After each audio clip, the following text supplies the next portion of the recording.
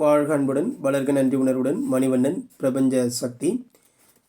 The the journey of souls ஆன்மாக்களின் பயணம் அப்படிங்கிற இந்த வீடியோவை இப்போ தான் முதல் தடவையாக பார்க்குறீங்க அப்படின்னா நம்ம சேனலை சப்ஸ்கிரைப் பண்ணிக்கோங்க. அப்படியே பெல் ஐக்கானை ஆல்னு கிளிக் பண்ணிக்கோங்க. இந்த ஆன்மாக்களின் பயணம் அப்படிங்கிற அந்த ப்ளேலிஸ்ட்டில் போய் பார்த்தீங்க அப்படின்னா வரிசையாக இருக்கும். நீங்கள் முதல்லேருந்து அதை தேர்ந்தெடுத்துக்கலாம். இன்றைக்கி நிகழ்வில் பார்த்தீங்க அப்படின்னா நம்ம டாக்டர் மைக்கேல் வந்து என்ன பண்ணுறாரு அப்படின்னா 9வது நிகழ்வு இது. இதில் வந்து என்ன பண்ணுறாரு அப்படின்னு கேட்டிங்கன்னா ஒருத்தர்கிட்ட பேசுகிறார். அவர்கிட்ட எப்படி அந்த கிப்னாட்டிசம் முறையில் ஆழ்துயில் முறையில் எப்படி பேசுகிறாரு அப்படிங்கிறத பார்ப்போம்.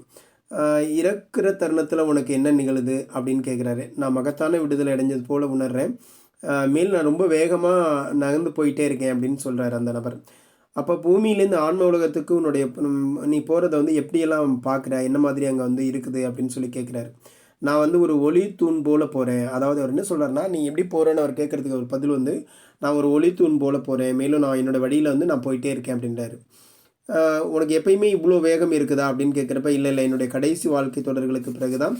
அப்போனா என்ன அர்த்தம், இந்த ஆன்மா பல பிறவி பிறந்திருக்கு, ஆனால் இப்போ தான் அது என்ன இருக்குது, கொஞ்சம் வேகமாக இருக்குது. இதுக்கு முன்னாடிலாம் யாருடைய உதவியே தேவைப்பட்டிருக்கு. நம்ம பார்ப்போம் இல்லையா, ஒரு இறந்தாங்கன்னா அந்த அவங்களுடைய ஆன்மாவை அழைச்சிட்டு போகிறதுக்கு அவங்களுடைய உறவுக்கார ஆன்மாக்கள் இல்லது அதனுடைய துணை ஆன்மா வழிகாட்டி ஆன்மா நிற்கும்னு பார்த்துருக்கோம் இல்லையா. இப்போ இவர் பார்த்திங்கன்னா அது மாதிரி இல்லை. ஏன் அப்படின்னா இவர் வந்து பல பிறவிகள் எடுத்திருக்கிறார்.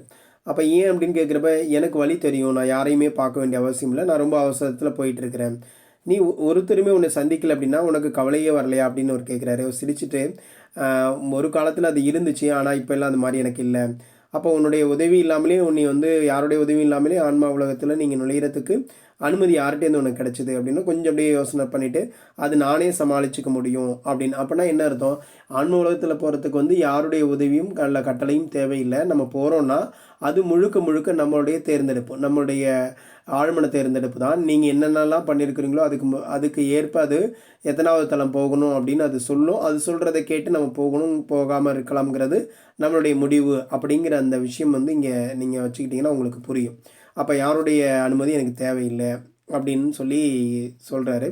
அப்புறம் அடுத்து வந்து நீ வந்து ஒரு தொலைஞ்சது போல் உனக்கு எதுவும் தோணலை அப்படின்னா, இல்லை அப்படியே நீ என்ன ரொம்ப குழந்தைத்தனமாக பேசுகிற, இனி இங்கே யாருமே என் கையை பிடிச்சிட்டு போக வேண்டிய அவசியம் இல்லை, நான் எங்கே போயிட்டுருக்கேங்கிறது எனக்கு நல்லா தெரியும், அதை விட நான் ரொம்ப வேகமாக அங்கே போகணும்னு ஆவலாக இருக்கேன், ஏன்னா நான் காந்தத்தால் இழுக்கப்படுகிறேன், இந்த பயணத்தை உணர்ந்து நான் உண்மையிலேயே மகிழ்கிறேன் அப்படின்னு சொல்கிறார்.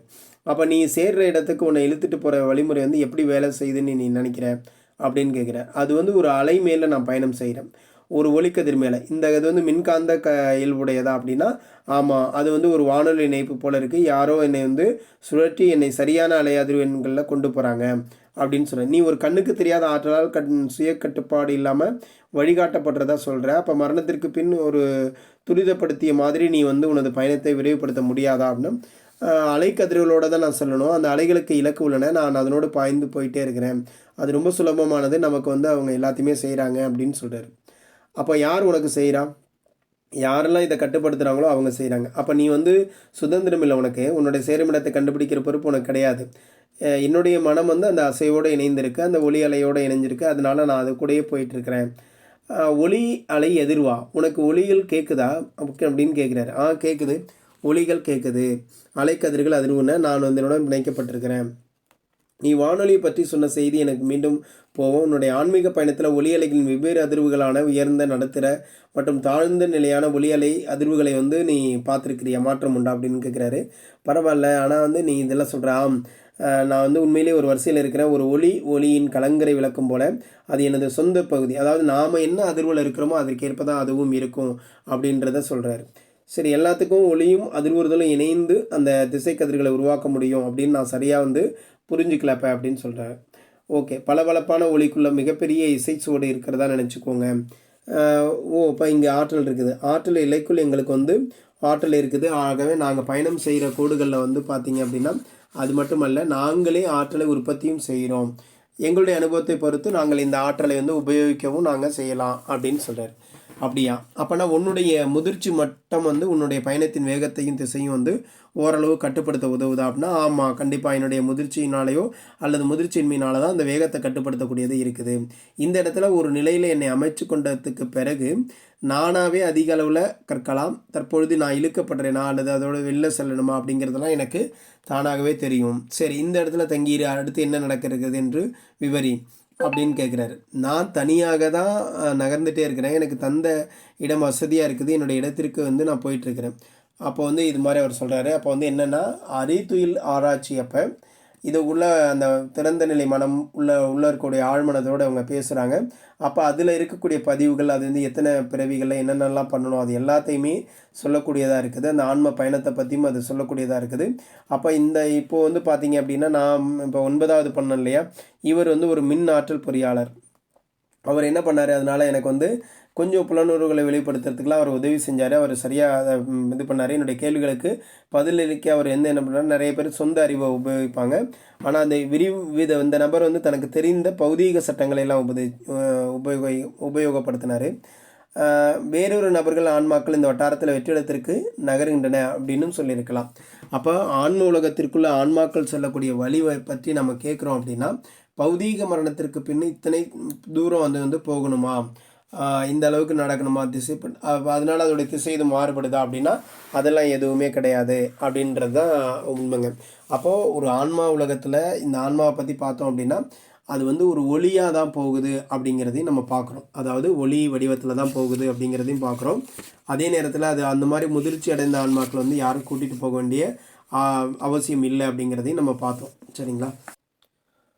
இப்போ வந்து பார்த்தீங்க அப்படின்னா, இடமாற்றப்பட்ட ஆன்மா அப்படிங்கிற ஒரு தலைப்பில் வந்து அடுத்ததாக அவருடைய இது என்ன இருக்காருன்னா, நிறைய சேதப்படுத்தப்பட்ட ஆன்மாக்கள் இருக்காங்க. அவங்க என்ன பண்ணுறாங்கன்னா, அந்த ஆன்மீக வீட்டுக்கு திரும்பி செல்கிற ஆன்மாக்களின் வழக்கமான கூட்டத்திலிருந்து அவங்களுடைய தொடர்பு அறுக்கப்பட்டுடுமா. அவங்க என்ன பண்ணுவாங்கன்னா, திரும்பி செல்லும் எல்லா உயர் ஆன்மாக்களையும் ஒப்பிடுறப்ப இந்த இயல்பிற்கு மாறான ஆன்மாக்களுடைய எண்ணிக்கை வந்து பெரிதாக இருக்காது. ஆனால் மனித உரி ஏந்திய மற்ற ஆன்மாக்களுக்கு அவர்களால் ஏற்படுத்தக்கூடிய ஆபத்து மிக்க விளைவின் காரணமாக பூமியில் அவங்களுக்கு என்ன நிகழ்ந்துள்ளது அப்படிங்கிறது ரொம்ப முக்கியம்.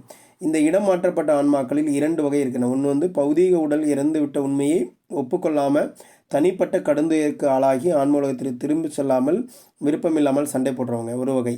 தீங்கிழைக்கப்பட்ட அல்லது மனித உடல் குற்றையியல்புள்ள இயல்பிற்கு மாறான ஆன்மாக்கள் 2வது வகை.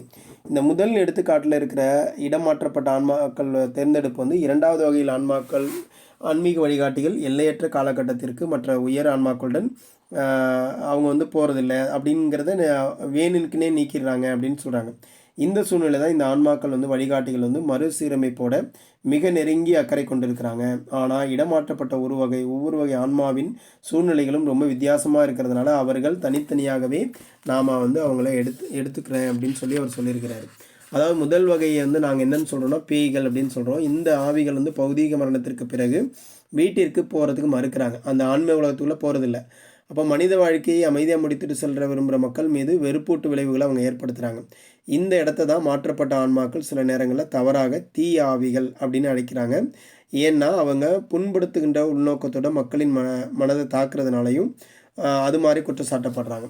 எதிர்மறையான ஆவிகளை பற்றி உள்ளம் சார்ந்த ஆய்வு பிரிவு அதாவது வந்து முக்கியமாக பங்காற்றுது அப்படின்னு சொல்லியிருக்காரு. ஆன்மீகத்தில் இணைக்கப்பட்டுள்ள கேடுகளை ஈர்த்துள்ளதும் அது வந்து எளிதில் வந்து பாதிக்கப்படக்கூடிய மக்களின் உணர்ச்சிகளை தன்னலத்திற்காகவும் இவங்க பயன்படுத்திக்கிறாங்க அப்படின்னு சொல்கிறாரு. இப்போ இந்த தொல்லை கொடுக்கின்ற ஆவி ஒரு கடந்த கால வாழ்க்கையில் பூமியில் முடிக்கப்படாத அலுவல் கொண்ட முதிர்ச்சி இல்லாத ஒரு ஆன்மாவாகவும் இது வந்து கேடு விளைவிக்கப்பட்டு உயிருள்ள மனிதனுக்கும் அவங்களுக்கும் தொடர்பு இல்லாமல் இருக்கலாம். திருப்தி அடையாத ஆனால் வெளிப்படையாக சிலவற்றை கூற விரும்பும் எதிர்மறை ஆவிகளுக்கு சில மக்கள் பொருத்தமான ஏற்புத்திரையுடைய குழாய்கள் என்பதை உண்மை அப்படின்றாங்க. அதாவது இது மாதிரி இருக்கிற எதிர்மறை ஆவிகள் வந்து சில மக்கள் வந்து அவங்களுக்கு பொருத்தமாக இருப்பாங்க அப்படின்னு சொல்கிறாங்க. அப்போ ஒரு உடலற்ற ஆவியிடம் வேண்டுமென்றே எரிச்சலூட்டுன்ற அறிவிப்புகளை ஒவ்வொரு எடுத்து சொல்கிறப்ப மிக சாதாரணமாதிலிருந்து அது என்ன பண்ணுது அப்படின்னு கேட்டிங்கன்னா கோப உணர்ச்சியை தூண்டுவதாகவும் இந்த அமைதி குலைந்த ஆன்மாக்கள் ஆன்மீக வழிகாட்டிகளே கிடையாது. உண்மையான வழிகாட்டிகள் குணப்படுத்துவாங்க. ஆனால் இவங்க எரிச்சலான தகவலோட அடையாது நுழைய மாட்டாங்க. அடுத்து வந்து பார்த்திங்கன்னா சாதாரண இந்த அசாதாரணமான பேய் நடமாட்டம் பேயாட்டமாடும் ஆவிகள் வந்து ஒரு குறிப்பிட்ட இடத்தோடு பிணைக்கப்பட்டிருக்காங்க. பேய்களுடைய நடமாட்டம் பற்றியும் ஆராய்ச்சியில் வந்து வல்லுநராக இருப்பவர்கள் வந்து அமைதி குலையப்பட்ட ஆன்மாக்கள் இந்த பூமியில் வந்து பார்த்திங்க அப்படின்னா தாழ்ந்த விண்வெளி கோள்களுக்கும் ஆன்ம உலகத்திற்கும் இடையே வந்து ஒருவருக்கும் சொந்தமில்லாத இடத்துல அவங்க சிக்கப்பட்டிருக்கிறாங்க அப்படின்னு சொல்கிறாங்க. அதாவது இந்த ஆன்மாக்கள் வந்து விண்வெளியில் வந்து தொலைஞ்சிட்டுன்னு கூட சொல்லலாம். அவங்க வந்து அரக்க குணமுடையவர்கள் அப்படின்லாம் நான் நம்பலை. பௌதீக மரணத்திற்கு பிறகு இவங்க சொந்த விருப்பத்தினால அதிக அளவு அதிருப்தி ஏற்பட்ட காரணத்தினால அவங்க குறிப்பிட்ட காலத்திற்கு பூலோகத்தில் தங்குவதை தேர்ந்தெடுக்கிறாங்க. என்னுடைய அபிப்பிராயத்தில் அவங்க மேம்படுத்தப்பட்ட ஆன்மாக்கள். ஏன்னா அவங்க குழப்பம், மனக்கசப்பு, பகை உணர்வு இதெல்லாம் வெளிப்படுத்துகிறாங்க. ஆகையால் இவங்க வந்து தங்கள் வழிகாட்டிகள் தங்களிடமிருந்து விலகி இருப்பதை விரும்புகிறாங்க. மனிதர்களை தொந்தரவு செய்வதிலிருந்து நிறுத்துவதற்கு ஒரு எதிர்மறையான இடம் மாற்றி அமைக்கப்பட்ட ஆன்மாவை இந்த பேயோட்டுதல் அப்படின்னு சொல்கிற பல வகையான வழிகள்லாம் இருக்கு இல்லையா, அது மூலமாக கையாளலாம். ஒருவரை பிடித்தாட்டும் பேய் பிசாசு வகையான ஆவிகளை வந்து தாங்கள் பிடித்திருக்கும் நபர்களை விட்டு செல்ல அறிவுறுத்தி இணங்க வைக்க முடியும். மேலும் முடிவில் ஆன்ம உலகிற்குள்ள வந்து தகுந்த முறையில் செல்லவும் அவங்கள வந்து ஆவணம் செய்ய முடியும். அப்போ நம்ம மேலே அக்கறை காட்டுற வழிகாட்டிகள் அடங்கிய ஒழுங்காக ஆளப்படுகின்ற ஆன்மாக்களை ஆன்ம உலகம் நமக்குள் இருந்தால் தங்களை மாற்றிக்கொள்ள தகுதியற்ற ஆன்மாக்கள் மக்கள் மீது எதிர்மறை ஆற்றலை செயல்படுத்த எப்படி இடமளிக்க முடியும்? அப்போது ஒன்று என்னென்னா, மரணத்தில் கூட நமக்கு விருப்பத்திற்கு ஏற்றவாறு செயலாற்ற உரிமை இருக்குது அப்படிங்கிறதான் ரொம்ப முக்கியமானது. மற்றொரு விஷயம் என்ன அப்படின்னா, இந்த பௌதீக பிரபஞ்சத்தில் நம்ம ஏராளமான கொந்தளிப்புகளையும் தாங்கியிருக்கிறதுனால ஆன்மீக ஒழுங்கின்மைகளையும் ஆன்மாக்கள் வந்து இயல்பாக ஆன்ம உலகத்திற்கு செல்லாமல் இருக்கிறதையும் கூட எதிர்பார்க்கலாம். மேலும் அமைதி குலைந்த ஆன்மாவின் ஆற்றலினுடைய ஒரு பாகத்தை மட்டும்தான் இந்த பேய்கள் சுட்டி காட்டுது. எஞ்சிய எல்லாமே ஆன்ம உலகத்திற்கு மறு இணைவுக்காக திரும்பி போயிட்டாங்க அப்படின்னு சொல்கிறாங்க. அதாவது உடலற்ற துயரம் மிகுந்த தங்களை தாங்களே வலையில் சிக்க வைத்து கொள்ளக்கூடிய ஆன்மாக்கள், ஆவிகள் அப்படின்னு சொல்லலாம். ஒருவேளை ஒரு மேம்பட்ட திட்ட அமைப்பில் பாகமாக இருக்கக்கூடிய அவங்க தயாராக இருந்தாங்கன்னா அந்த ஆன்மாக்கள் பூமியின் கோலத்திலிருந்து அழைத்து செல்லப்பட்டு ஆன்ம உலகில் அவர்களுடைய சரியான இடத்துல அவங்கள வந்து வழிகாட்டப்படுறாங்க அப்படின்னு சொல்கிறாங்க. நம்ம இப்போது ரொம்ப அதிகமாக பரவியுள்ளது என்னென்னா, இரண்டாவது வகையான அமைதி குலைந்த ஆன்மாவை பற்றி தான் நான் சொல்கிறேன். இந்த ஆன்மாக்கள் தீய செயல்களிலே ஈடுபட்டிருக்கக்கூடிய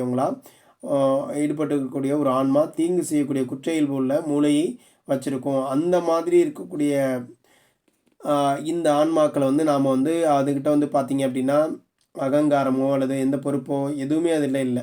சில நேரங்களில் ஒரு வாடிக்கையாளர் வந்து சொல்லுவாங்க, தவறான காரியங்களை செய்கிறப்ப உன்னுடைய ஆற்றல் உள்ளாற்றல் தூண்டுவது போலையும் நான் வந்து உணர்கிறேன். தங்களுக்கு கட்டுப்பாடு இல்லை என்று அவர்கள் நம்புகின்ற எல்லாம் நல்லதும் கெட்டதுமான எதிர்மறை ஆற்றல்களை இயக்கப்படுவதாக அவங்க உணர்கிறாங்க. அந்த மாதிரி இருக்குது அப்படின்னும் சொல்லியிருக்கிறாரு. இது பற்றிய தொடர்ச்சியை நம்ம நாளைக்கு வீடியோவில் பார்க்கலாங்க. நன்றி.